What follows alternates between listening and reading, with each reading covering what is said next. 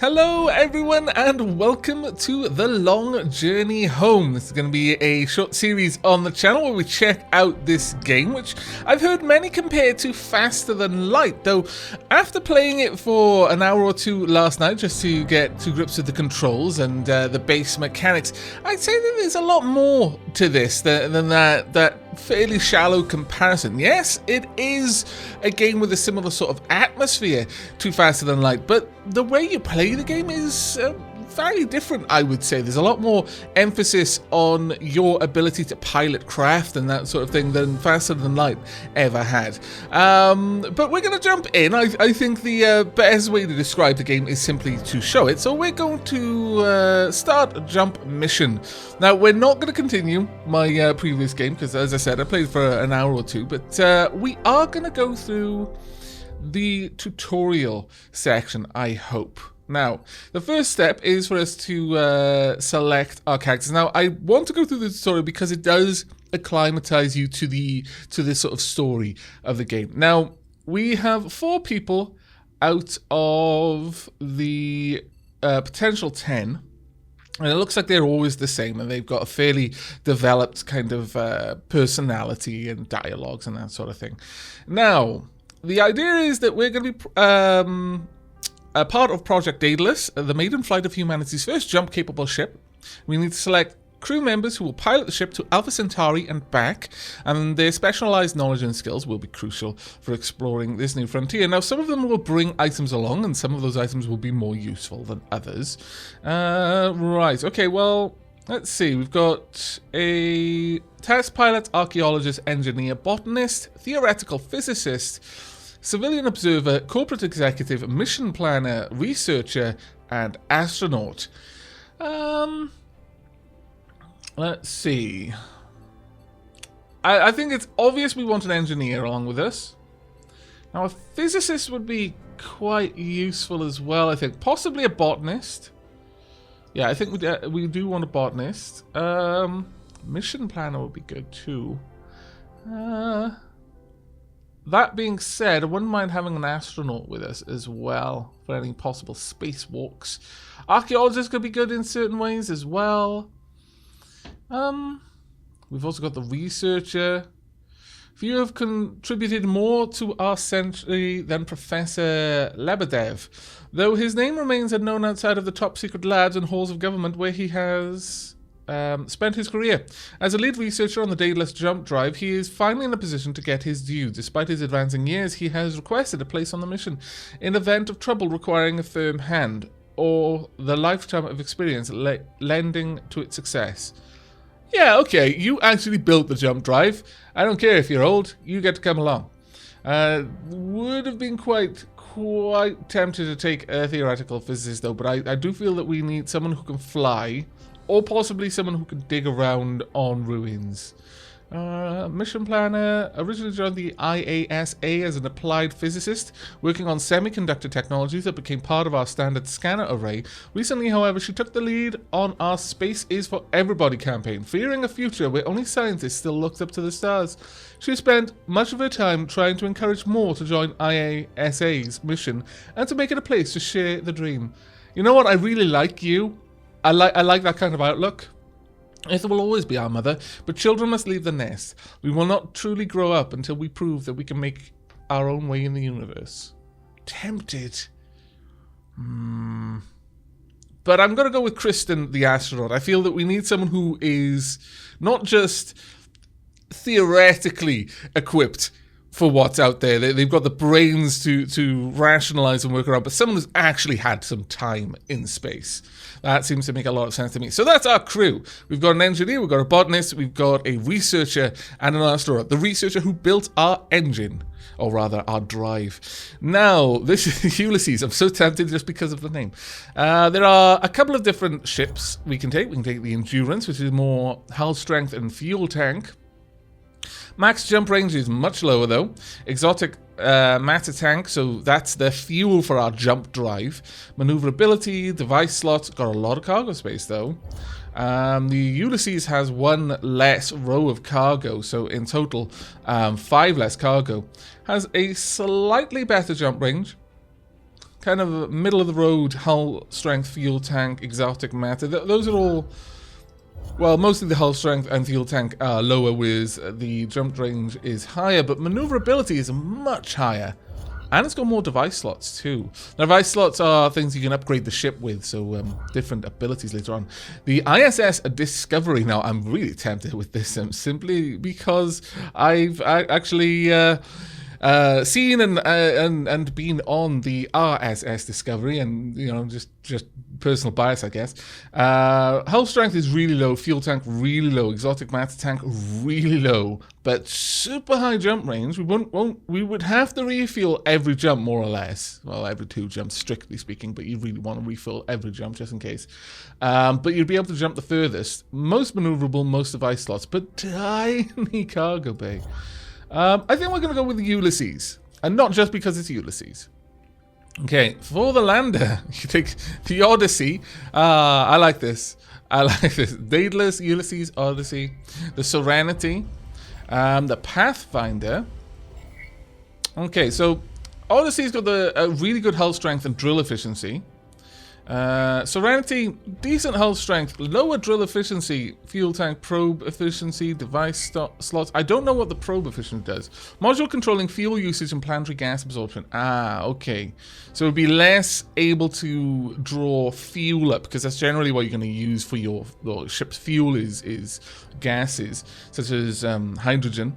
Also less device slots, which is kind of nasty. Also a smaller cargo bay.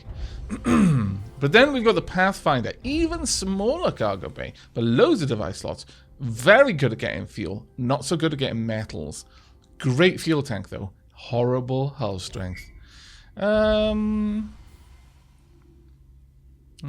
see. The engine, where's the engine efficiency? Fuel tank, it doesn't actually say. Modules, drill, fuel tank. It doesn't actually say. Have they got any other devices? No. That one looks better, honestly, the ISV Pathfinder. But we're going to go with the Odyssey. I quite like the drill efficiency on it. That being said, the Serenity does have middle... No, we'll go with Odyssey. Just because of the names. At that point, yes, it is generally because of the names. We've got all sorts of seas. We could go with Firefly, for obvious reasons. But no, I think we're going to go with Dapper.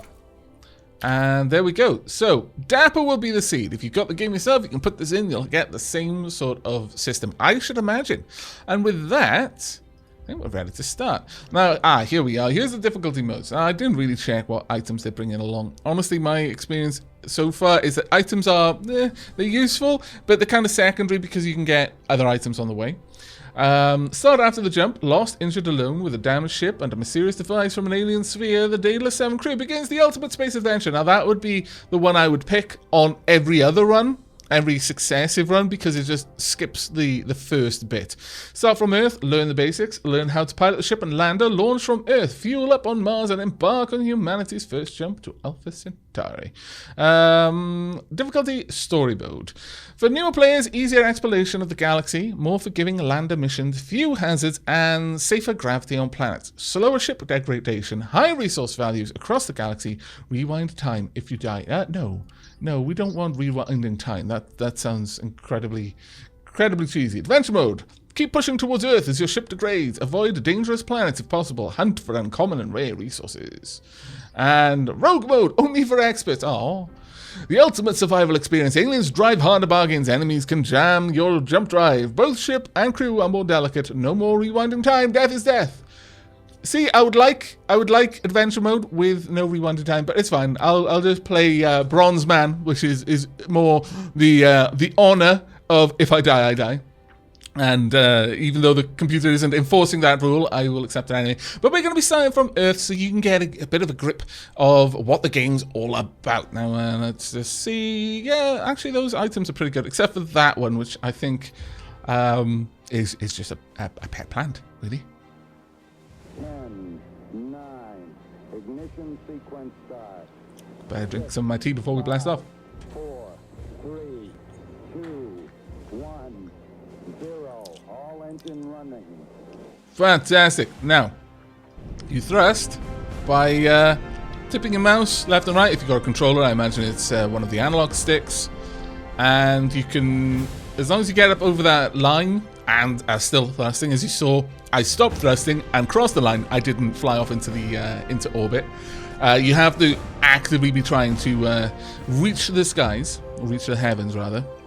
Then you get up there. You can use right mouse button, and I think that is probably something that I really do need to bear in mind, because you can reverse thrust. You don't have to turn your ship upside down and then blast your thrusters. You can just use reverse thrust. Right, okay, so fly to Mars marked on the minimap. So let's bring up the minimap. This is our solar system. We've got all these planets around here. We got to get over there. Now, there's two ways of blasting your thrusters in the map mode, but we're just going to use the regular thrust for now. So there we are. We're changing our orbit, and we want to go over to Mars. You know what? At one point, I'm going to start this game and I'm going to explore all the other planets first, just to be that guy. Right, okay. I love the way that it shows the gravity wells. Now I need to slow down and try and enter an orbit around Mars. I'm moving way too fast. And then you hold space. And there you go. Autopilot. Now we're in a stable orbit around Mars. But I absolutely love the way it depicts how dense gravity is, based on the way it's warping the grid behind everything. That's actually pretty cool. Now we need to fly to Mars and land. So Q, and we deploy our lander. You can see the sun in the background. It's actually a really, really pretty game, this one. I really like the way it looks.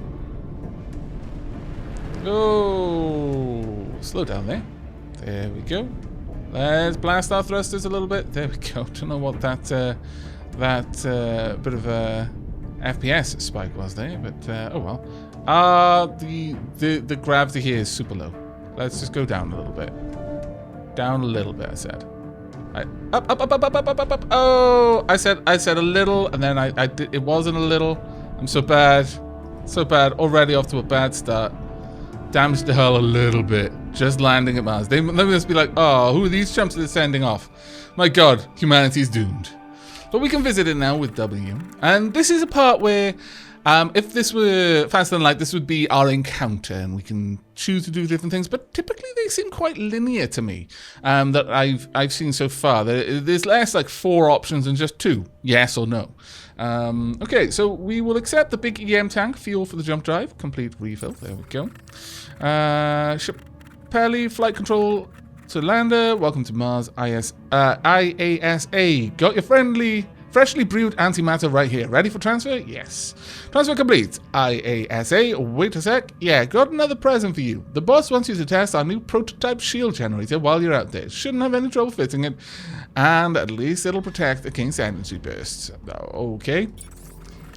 I don't know about, like, you know, a maiden voyage to testing out a brand spanking new, like, you know, jump drive and also a prototype shield. That just seems like it's asking for trouble. And now we just need to leave and get back into the sky. And there is daylight. This is kind of 2.5D. It's a 3D landscape, but you're only really moving in 2 dimensions with your lander. But that does mean that it can look very, very nice. Now, we need to go to the ship. Doink. Now, we've got a couple of things we can look at. Now, Alessandra's toolbox. No one really needs this, but they'll all have opinions on it. Sentimental value. Hardly a fitting start for a scientific expedition. Same thing there. Took my teddy bear up to the ISS too. What? You wanted to see the Earth from space? Oh, okay. And to think I merely brought tools. Well, that is okay. Gwendolyn's growing so fast. I remember when you were just a bulb. Oh, botanist. So weird. But I wouldn't say that this is toys, honestly. It's a bad engineer who blames her tools, but a good one who knows exactly which one to rely upon. I agree. That's actually good. This is hull repair. I can try to use this repair kit to fix some damage on the ship. I can patch things up until we find a better way. But there's nothing to repair right now. This... protection from small planet-sized creatures. Okay, that's pretty cool. We've got medical kit. We've got the EM tank. Now, at this point, all of these people can do something with it. But it's up to you to pick the best person for it. Give me the tank. It's good to have something to do. No problem. Give me the tank. Very well. I shall refuel us. It pretty much seems that everyone knows what to do with that. Experimental IASA shielding. I can handle that. I guess I can figure this out. We require all the upgrades we can find. Give it to your friendly neighborhood grease monkey. No, I'll give it to well, yes, actually, I'll give it to the engineer to install. It's probably plug and play. It's fine. We don't need to do any research on it first. Okay, so the shielding has been installed. And now we need to jump out of the system. So which way would be the best way? We'll go out in this direction since it's away from any of the other planets. And then thrust and boost at the same time. And... Bassoom! That took a long time to charge up.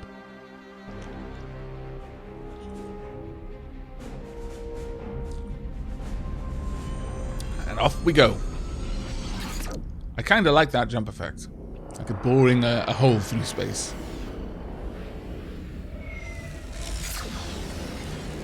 Oh dear. Oh dear. That doesn't appear good. Our ship now is on fire.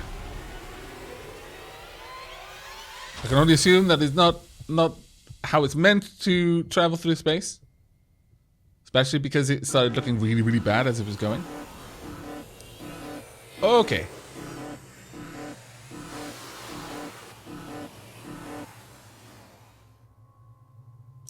Well.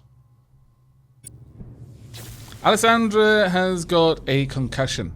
Now that is not terribly bad, but it can get bad. Basically, each person can get 5 different effects to them.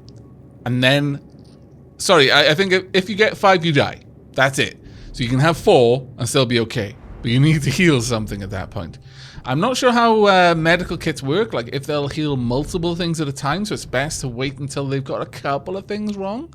We're trying to get over there at the moment. So, as you can see, again, not very much like Faster Than Light in that we are actively having to control our movement in here. There's a few things we can do. We can turn on things like our weapon systems. And there's all our weapon systems charged, and we can fire them. All of them if we really want to.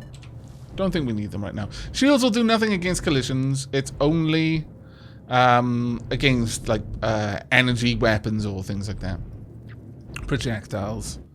Now if we bumped into these, as you can imagine, we would cause damage. Though this isn't really Newtonian. It's like we're moving through a thick humid fog in space. We do have to apply thrust to move around, things like that, but we will slow down and stop once we stop applying thrust. Okay. Right, Kristen is currently our lander panel. That's something I hadn't actually set and something I should have set specifically, but it's lucky that Kristen is the person going down. That being said, different people will have different responses to things, I imagine.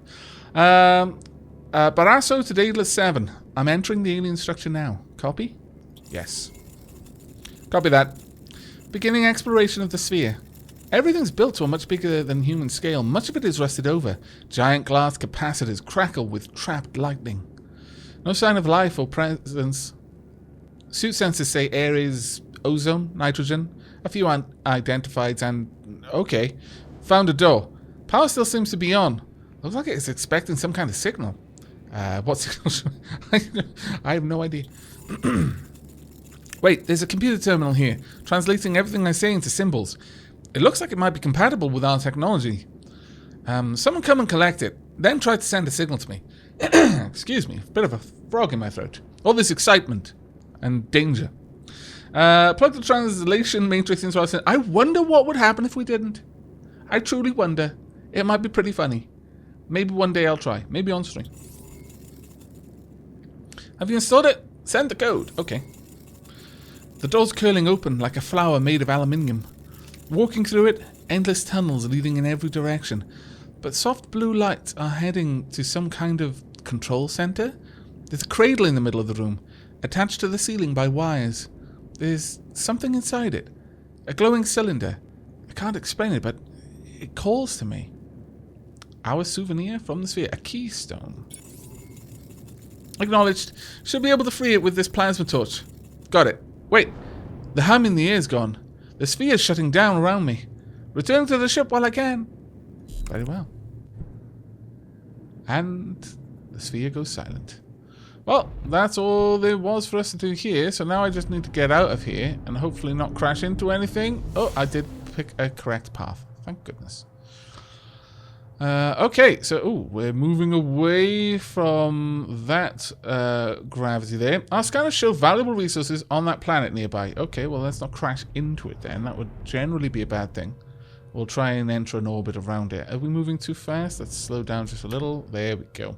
Press space once you're in there. As long as you're not, the trail isn't red, then you're not moving too quickly. But as it gets more and more a deep orange, I think it gets to a point where you won't be able to engage the autopilot and you need to slow down a little bit. Right, okay, so drill for metals on the nearby planet, scoop gas on the nearby planet. On the resource screen, use the metal to repair the ship. On the resource screen, use the gas to refuel the ship. Well, very well. On this one, we've got no structures, life forms, or hazards. The convection is light. The atmosphere is moderate. The temperature is subarctic, and gravity is average. It's a rock. But before we do that, let's go and have a look at what we've got. So we just picked up the keystone. Clark's Law. This truly is indistinguishable from magic. I feel like a caveman looking at the supercomputer. Or me looking at a TV remote. Okay. It's weird. I think I can hear it singing. Okay, that's a bit weird. I feel like I spent a lifetime studying this and never even fully appreciate its simplicity. Okay, so everyone's equally in awe. Now, our engineer's got a light concussion. I think Kristen is the one that we're going to send down. Since there's no structures or anything, I think just someone who can pilot okay. We have got a little bit of fuel, and we can use that to top up our fuel converter, so I'm just going to go ahead and do that straight away. Everything is okay here. Bridge, we can see all of the systems on the ship. Everything seems all right. I imagine we can just upgrade all of that. We've got logbook, locations, mission report. We can also open the galaxy view, but that takes forever, and right now we would see very little. So I'll leave that for a little bit later. Now this is the comm where we can actually communicate with our crew when they're doing things. But okay, let's land. There are silicates down there, so let's go down there. Though that would load our exotic matter. So it's not strictly what we need, but just for the sake of seeing how the drilling works. Okay, now the moment you're getting down here, start thrusting to prevent yourself landing with a bump. Now the only place that we can mine is on the mini-map right at the bottom there. There we go. Let's start aiming up a little bit, and we'll just let ourselves move gently down. There we are. I'm much better at piloting this here than on Mars. Go figure. There we go. Let's just gently land. Now you can use your reverse thrust to pin yourself to the ground. Sometimes there are atmospheres which will just drag you across the floor. So you need to be constantly firing your reverse thrusters. Okay, but we're going to do a little bit of drilling. Now, this is like the danger of the drill. As it gets lower and lower... Okay, 3 I think is all we're going to take from this because it was starting to get a little bit red. Once it gets too deep, or perhaps it's based on the efficiency of the drill, you will continue to gain resources, but you'll also start taking damage to the ship. So, best not to. We've only got 1 lander. It's very, very important. There we go. Right, now that should have been unloaded into the ship's cargo hold. Now, as a result, this entire section is now dedicated to silicates. This entire section is dedicated to hydrogen.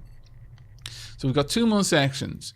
We need gas and we need metal, by the looks of it. Drill for metals on the nearby planet. Okay, so with that in mind, let's have a look at the mini-map. We've got a nearby planet there. That's where we just came from. Those are stars in the background. We've also got an asteroid belt. So let's head out in this direction. You can use right-click for a much more powerful boost.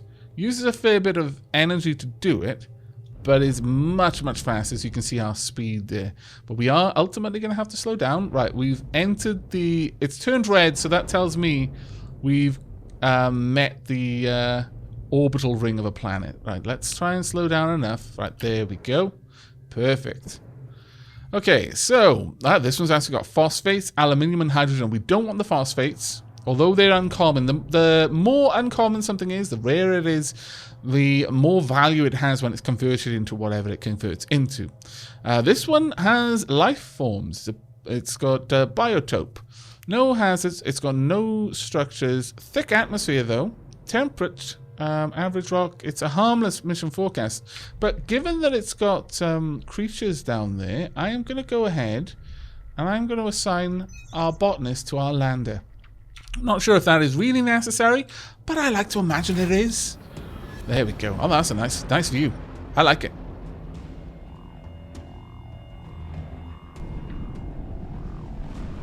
Okay, time to start thrusting. Oh, there is a structure here.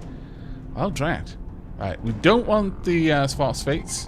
We're here for the gases and the... Oh, we're moving down a little bit fast. Now, gas is a little bit more tricksy to gather. Let's try and just balance ourselves. It's worth time just trying to balance, and then we basically just absorb the gases from down here with space. And again, much like drilling, it does get worse the redder it goes. So we'll just take that much. We don't need more than that. Let's go with that. And ooh, that is way too fast in that direction. Let's just pulse the drives, the thrusters rather, to slow and gently land her about there. Well, that's not really gently, but okay, I'll accept. Now, let's go ahead and drill. Ooh, this is already a bit of a nasty one. I think we'll just take that, honestly. That's a bit of a nasty area there, and we've already threw quite a lot of our fuel too. Might have been better to have taken something else, but let's head over here. Oh wait, no, this is probably life forms. It's probably not registering that this is a ruin, but rather it's the life forms we picked up in our scan. So let's just land just about there. Will do. Okay, and visit. Okay, the mushrooms are incredible. Lots of small creatures scamper around in the shade of their caps, digging out huge chunks of the flesh to feast on. They don't seem to mind my presence at all. Occasionally, one looks over and howls, but then gets bored, lies down, and goes to sleep. Oh, okay. Explore. I found an ancient container. An ossuary, I think. Rotting wood. Inside a few small bones and one large polished one, all wrapped in red velvet. The pelvis of Ptah, part of an ancient warlord. Okay. And you managed to work all of that out just by looking at it. I'm impressed. I'll leave the box behind. Doesn't look worth anything. I wonder how many pieces of this guy there are. Yes, so do I. It's probably going to be quite a few. Okay, well, let's get out there then. That didn't end up being something that our botanist really would need to look at. Or maybe, I don't know. That seems like more of an archaeologist thing there, but oh well. Alright, there we go. So, let's head into our ship. Resources, we want to use this to fuel up a little bit more. And use the aluminium to repair our ships. Also our lander as well. Refinery and repair bench are working. Fantastic.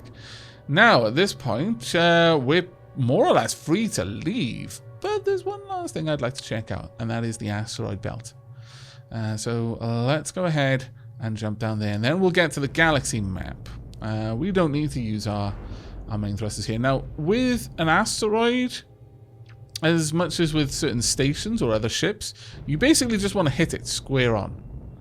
You're not trying to orbit it, you're trying to enter it. There we go.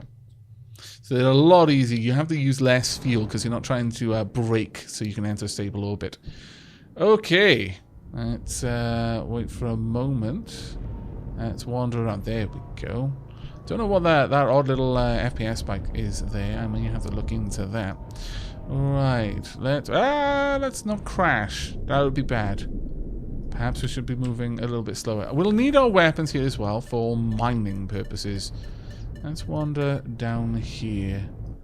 It's a little bit too much. Now, these rocks have nothing in them. We're looking for very specific rocks, and they are indicated by the little white arrows down there. Ooh, that was bad. Bad me. I shouldn't have braked. I should have just gone all in, honestly, there. I should have just accelerated to try and get out of trouble. Like you're riding a bike, you know? You can't rely on being able to tank the damage, so just be aggressive. Accelerate out of danger. It's one of the primary advantages to such an agile vehicle. We found one iron. Good. We can repair the damage we've just done to the ship. Now, I don't think they're always metal in these asteroids. Sometimes you'll find other things, so it's always worth checking. Alright, where's the next one? It's actually pretty close because these arrows are starting to move around a lot faster. There we go. I would really like whatever that was before you guys get in too close. Thankfully, this ship is very maneuverable. Now, if you just give something a light love tap, it doesn't really do damage to the ship. In fact, it just puts a little bit of energy into their movement. You can push things around gently, but any even moderately fast impact is going to cause damage. You have to be very, very gentle. There we go. And broadside. It takes a little bit of getting used to firing that weapon. And what we got over here? We've got 1 platinum. Ooh, the platinum is particularly rare. Now, I don't know where all of this is going to be going into our resources because, frankly, fairly certain we haven't got room for all of that. But, okay, let's head into the ship. Oh, it's been given to the lander. Okay. Well, the repair bay needs that. The lander will eventually unload. It unloads when you land. That is when you depart the ship or when you return to the ship. So right now, this is just going to sit there until we leave, and then it's going to be dumped in there. But right now, we've got no room for... Well, we've got room for the platinum, but nothing else that we don't already have, which is where having a smaller cargo really starts to come into things. It's not just each square is a cargo location. It is the... Oh, no! That is super bad. I need a clear vector to escape from. There we go. I'll use this one. Of course I have my weapons up. It eventually warns you about that, by the way. We weren't charging at all. I was just thrusting really hard into those asteroids. I was boosting into them just for no apparent reason. Just playing asteroid pool. Okay, it seems that whenever the game loads, it does take a little bit to settle down, but I imagine I haven't restarted my computer in quite some time, so it's probably that. At least a month. Probably 2. Right, it's time for us to leave, so let's initiate a jump. We've done everything in this sector. We've checked out the asteroid belt, the planet, the 2 planets, and the sphere. And now it's to the galaxy map we go. Okay, now I believe the jump drive on our ship influences how far we can jump. Now, as far as I'm aware, this galaxy map is procedurally generated. We're in the Helix Nebula. Normal radiation, few ice planets, many liquid planets. Okay. Our options are this planet where we can get silicates, copper, helium, and fluorine. Fluorine is an uncommon gas, so it would be much better fuel. It's got a little asteroid belt too. This is a yellow dwarf, so I think that's less radioactive. Well, no, not radioactive, but it emits less radiation than a red giant. And that does start mattering later on. We've got a black hole. That's just so much radiation. But it does have sulfates, hydrogen, and chlorine around it. And over here, we have got... Wow, okay. That's a yellow dwarf, but that looks like a planet to me. But perhaps it's rogue. Perhaps it's not actually orbiting the dwarf. Maybe it's just passing through. But it seems to have a planet orbiting it. Either that or that's a blue star. But it's got the same kind of icon as a water world. So that's a bit of an interesting one. Now it's got copper, hydrogen. I don't think we're strictly going to need fuel. Now it doesn't seem that we've actually, we haven't jumped yet, but we've got plenty of silicates, so, well, rather exotic matter. So we're not going to need to collect any. So yeah, this one seems like a better one to go for. And given that it has the asteroid belt, I think I'm more interested in this one. So we're heading over here.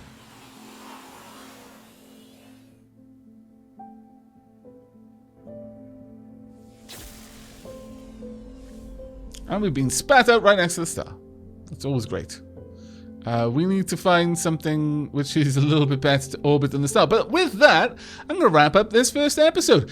I do hope you've enjoyed and will be joining me in the next, where we're going to explore this little system and get to encounter some more of the natives. But that's it from me. So as ever, do remember to leave a like if you liked and sub if you haven't, and I'll see you next time. Take care, everyone.